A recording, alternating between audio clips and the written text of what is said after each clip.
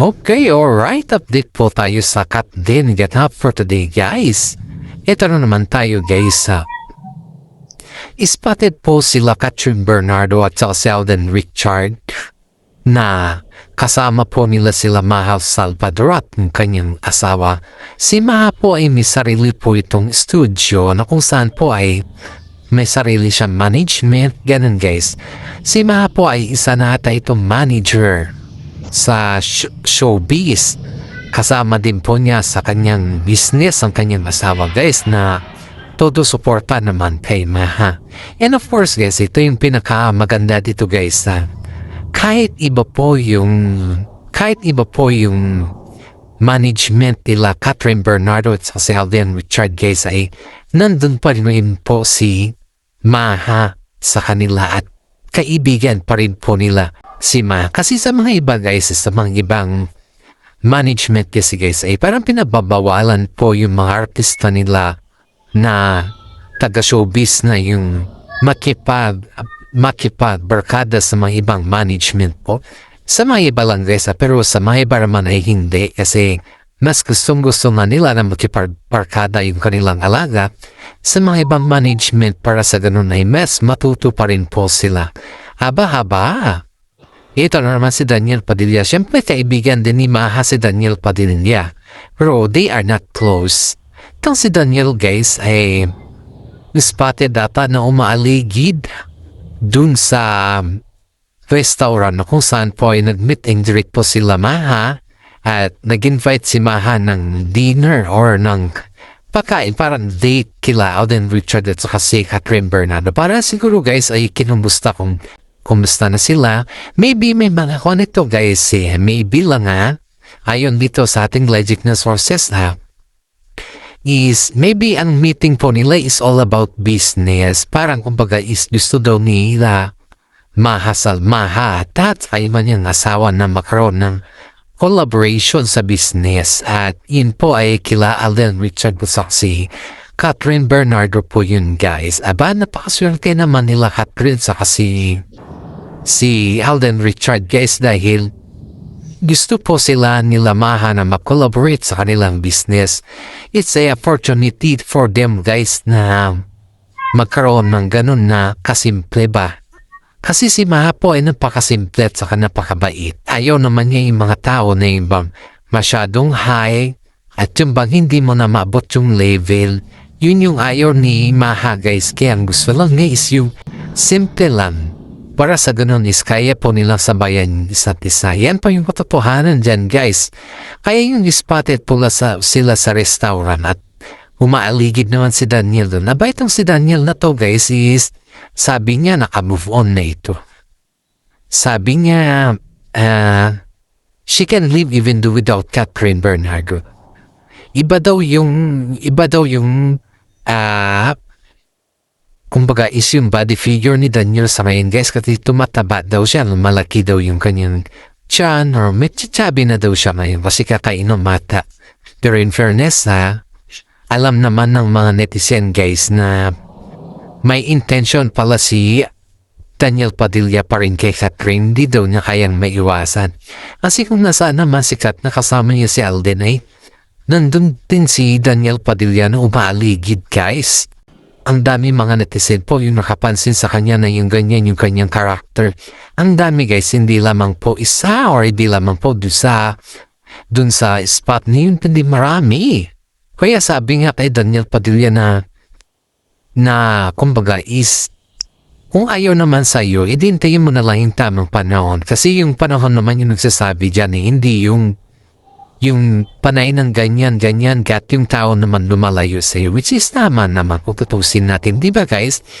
Gaya, para lang yan sa mga taong hindi pa nakaka-move on Pero itong si Daniel Padilla, pag magsabi ito sa mga interview is naka-move on na daw sa kahit hindi naman pa.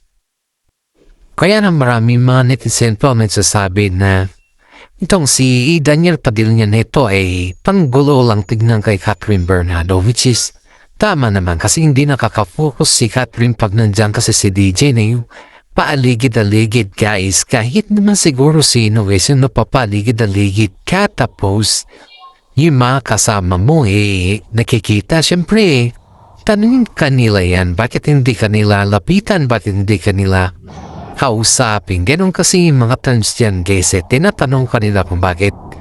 Ang daming bakit kasi dyan. Kaya mga netizen po guys ay nagsasabi din na dapat daw kailangan na ni Catherine Bernardo na harapin na si DJ para sa ganun matapos na daw yung issue. Sabi naman ni Kat na wala naman na silang pwedeng pag-usapan.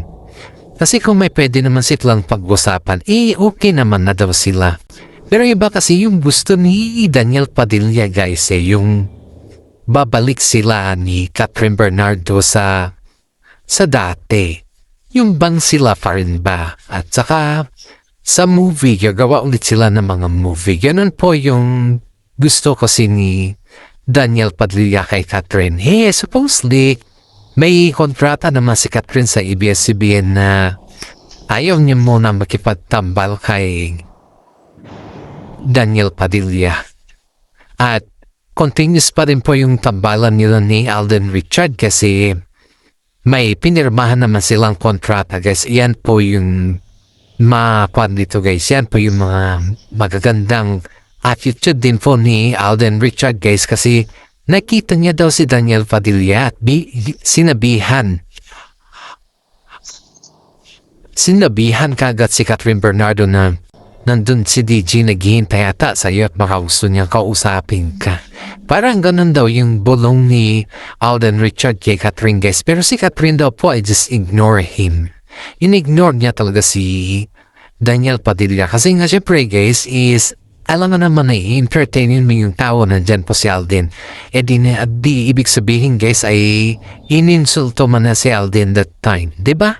Yan naman talaga yung katotohanan dyan guys May ininsulto mo na si Alden Richard dyan kasi may date nga kayo Date nga yung pinuntahanin niya dyan. Hindi yung si Daniel Padilla pa rin yung nasa isip mo. Kaya mga netizen po guys sabi na anniversary na nila Alden Richard sa si Catherine Bernardo. Kaya daw po guys may plano ata sila at yung kanyang asawa and together with Alden Richard sa si Catherine Bernardo na pupunta sila sa beach para mag-shooting para mag-enjoy din at para ipakita din sa mga tao guys na they can may mga yung kaya po nilang magpahinga. Kasi syempre isipin mo ibang kanilang trabaho kasi ang dami kasi nilang trabaho guys at hindi lamang po yan patuloy pa rin po natin na sinasabi na kailangan din kasi ni Catherine magpahinga. Alam niyo guys kaya hindi siya nakakasama kay Alden yung mga fun run sports ay dahil si Catherine Bernardo po ay busy sa kanyang pag-i-endorsement at may mga shooting siya dun, nimbang photoshoot. Kaya si Alden Richard po ay syempre bumik di yung sports, gusto niya yung sports. Kaya marami mga netizen po may sasabi na mas minabuti ni Catherine Bernardo na si Alden na lang mag-focus sa sports. Kasi si Catherine naman isang gang run lang naman siya.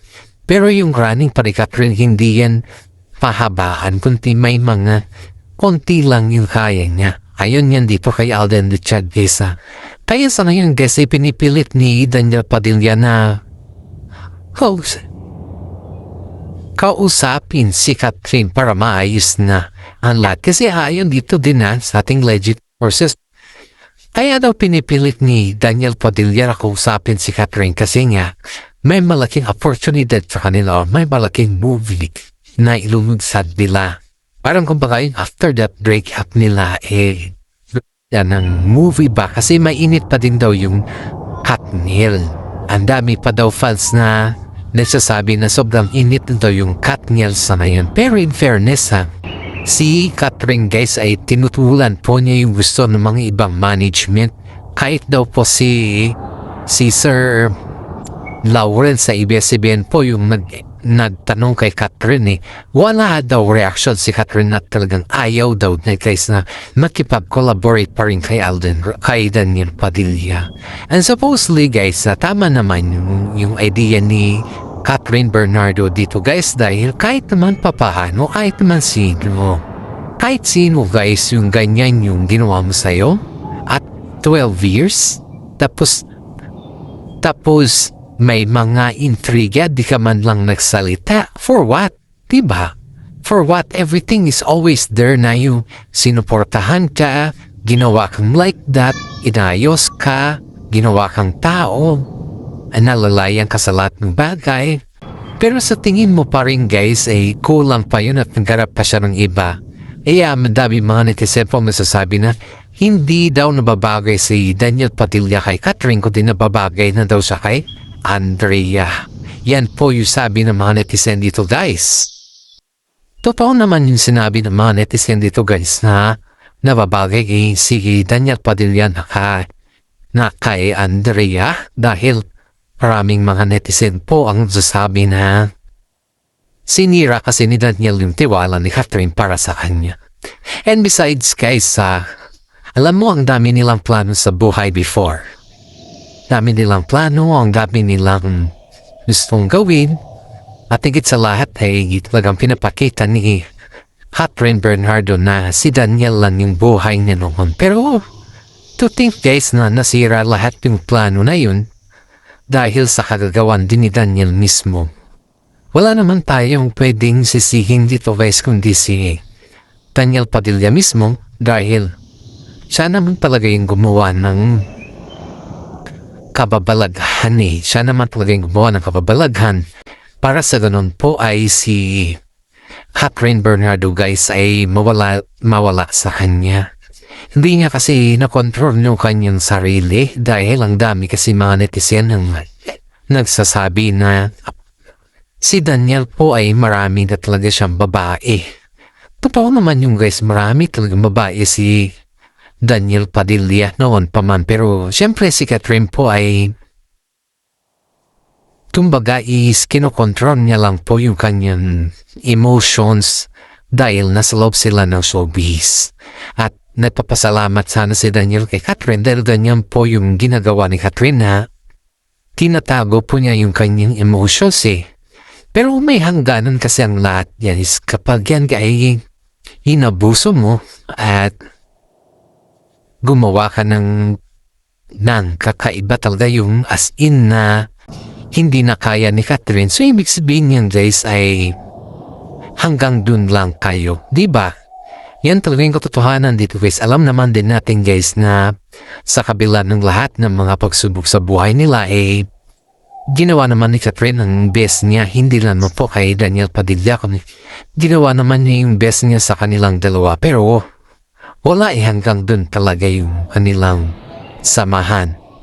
Kaya marami pong mga netizen po ang nagsasabi na sinira mismo ni Daniel Padilla yung tiwala ni Catherine sa kanya. And besides si Alden Richard naman po guys ay she's waiting for Catherine.